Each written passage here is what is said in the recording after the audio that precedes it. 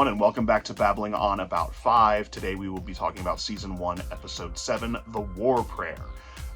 This is a great episode. This ties into a lot of the sentiment that's going on under the surface in the human population, especially after the devastating effects of the Minbari War. There's a lot of resentment, and this sort of comes to the head with some of the actions that take place. So right out of the gate, we are introduced to Shalmayan. She's a friend of Delen's. Delen is entertaining her in her quarters. This woman is on a speaking tour. She's a poet. She's doing performances on the station and plans to go to Earth and Mars once her time at Babylon 5 has ended. She leaves Delen's quarters and begs off any attempt to escort her, saying that Delen's got an earlier morning and a busier day than she does. And then walking through one of these corridors, in the station, she's assaulted by unknown assailants, and she is stabbed and branded. So not a lovely first trip to Babylon 5. As she was being assaulted, a male voice is heard to say, "Stay away from Earth, freak." So obviously a very xenophobic attack and a very Earth isolationist point of view. Delen is furious, I mean furious, about the attack on her friend. She chews out Sinclair, she chews out Garibaldi. This is a side of her anger that we don't see all the time. She's usually very reserved, but in this episode, you stab her friend, you're gonna piss her off, and she's pissed. In Med Bay, her friend Shawl is recovering and opts to keep the brand on her forehead. It's actually the male and the female symbol intertwined. She decided to keep it as a reminder, as a lesson, rather than have it removed by the doctor. Then our subplot arrives. It's intertwined with the main plot, but a young couple from Centauri Prime arrive on the station looking for Ambassador Koto. So it is a cousin of Vir Koto, Londo Mollari's assistant, and the young lady that he loves, and they are fleeing the Centauri Republic because they are both set up for arranged marriages, but are in love with each other and want to marry each other. So they flee, hoping that the influence of cousin Ambassador Koto will be enough to get them out of these arranged marriages and able to pursue their romantic destiny together. They're arrested because it turns out they were traveling with stolen credits. Rather than deal with it himself, Sinclair hands them over to the custody of Londo Mollari, and where Londo gets into the deeper understanding of who they are, why they're on the run, what they're doing. And this gives Londo the opportunity to deliver one of his best lines of the season.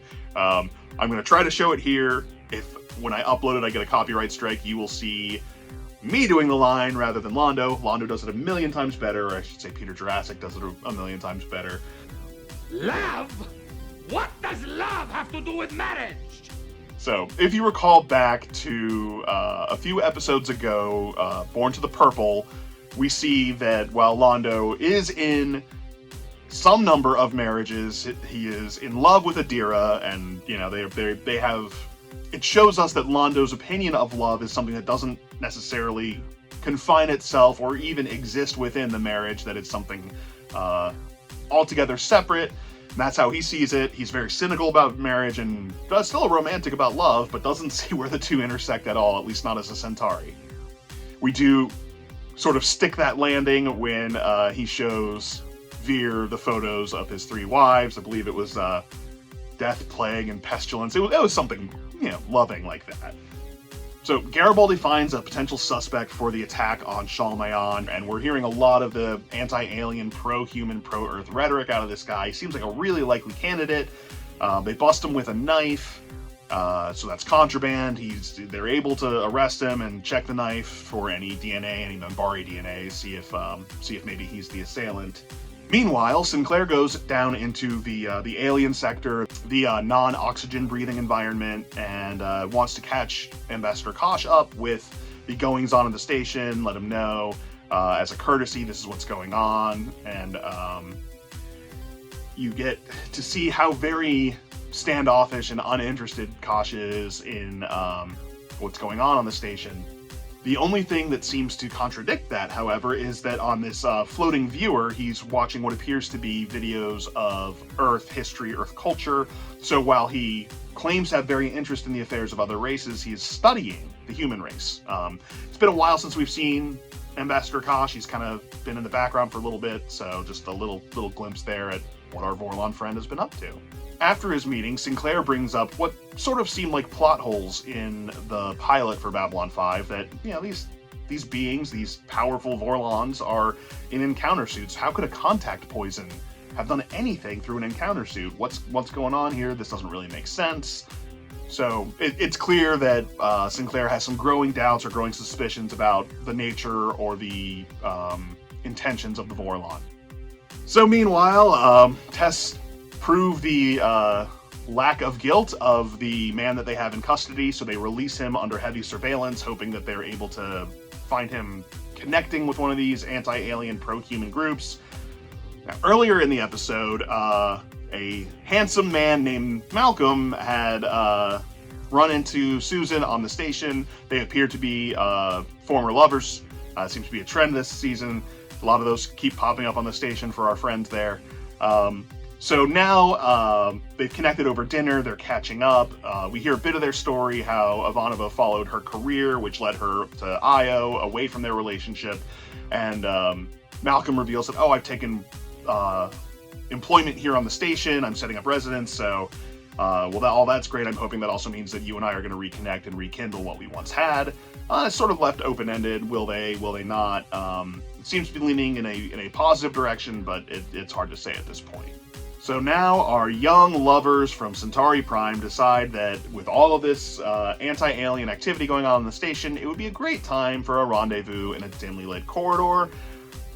Things go about as well as you would expect. The young lady is hit by some sort of stun gun and knocked unconscious, where the young man is shot close range with PPG and seems to be in a coma. Neither one are killed, but fear stumbles upon them, gets them to medbay, and Dr. Franklin is doing his best to keep them stable and get them well again. As you can imagine, this heats up on the station with the alien population. Jakar and others are having what appears to be a protest or a rally, but it's really escalating in tension to the point that it could turn into a riot at any moment. Sinclair and security come in to, shut it down. You guys need to disperse, and we'll just call this a peaceful protest, but, if this goes any farther, people are going to get locked up. After all of that, we see our human suspect walking through the corridors where he's confronted by a group of Drazi who just beat the ever-living tar out of him. He is not in a great way after meeting up with those Drazi, so now the anti-alien violence is now going to turn into anti-human violence, and things are just getting to a boiling point.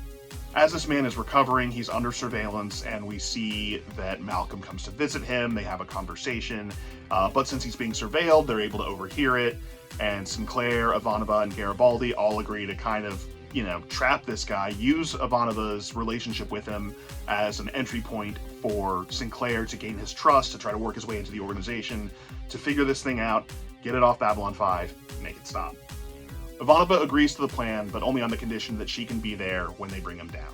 This is personal for her. We are also treated to yet another fantastic Londo Mollari moment. This one, a deep, emotional, powerful moment from his childhood.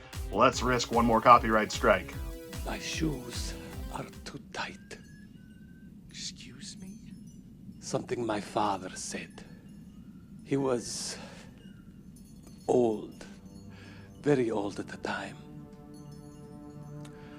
I went into his room, and he was sitting alone in the dark, crying. So I asked him what was wrong, and he said, my shoes are too tight, but it doesn't matter, because I have forgotten how to dance. My shoes are too tight. So Sinclair's doing a great job of being standoffish, seeming annoyed by the presence of aliens on the station. He's slowly building the trust of Malcolm, who then sets up a meeting. They have to go alone. Well, he and Susan, they have to go without any backup. They have to go unarmed. And they meet in, of course, a seedy part of Down Below or Gray Sector or wherever they are. As the meeting progresses, we learn that Malcolm and his friends are very highly connected throughout all layers of human government, and that their big plan on Babylon 5 is to take out the main ambassadors, Jakar, Delenn, Londo. maybe Kosh as well. So they have big plans and they want Sinclair's help. But before they're willing to trust him completely, he needs to pass a loyalty check. So they have abducted an alien woman that they want him to deal with. As that's happening, security is on the way. They're being detected by the advanced scanners of our baddies. So Sinclair decks Malcolm, grabs his PPG. The gunfight ensues. There's a lot of back and forth fire, but as you would expect, good triumphs over evil. Our baddies are apprehended. All seems right with the world. Now back to Londo and our young lovers. He has pulled some strings back home in order to get them fostered by a relative of his, where they'll get a proper education and proper upbringing for the next little bit. And when that time is up, they'll be free to choose who they want to marry. So he set them on a path for eventually being able to marry one another, because they're young and young people deserve to dance. As the episode winds out, we see Malcolm and his cronies in jumpsuits and handcuffs being put on a particular transport to be dealt with elsewhere. Malcolm and Ivanova have a very tense farewell where they both effectively disown one another, and that wraps up our episode. Hope you guys enjoyed it. I hope you're enjoying watching the show along with me, and we will catch you in a week. Like and subscribe. Look at the end slate to see our other shows. Hope to see you there as well. Take care.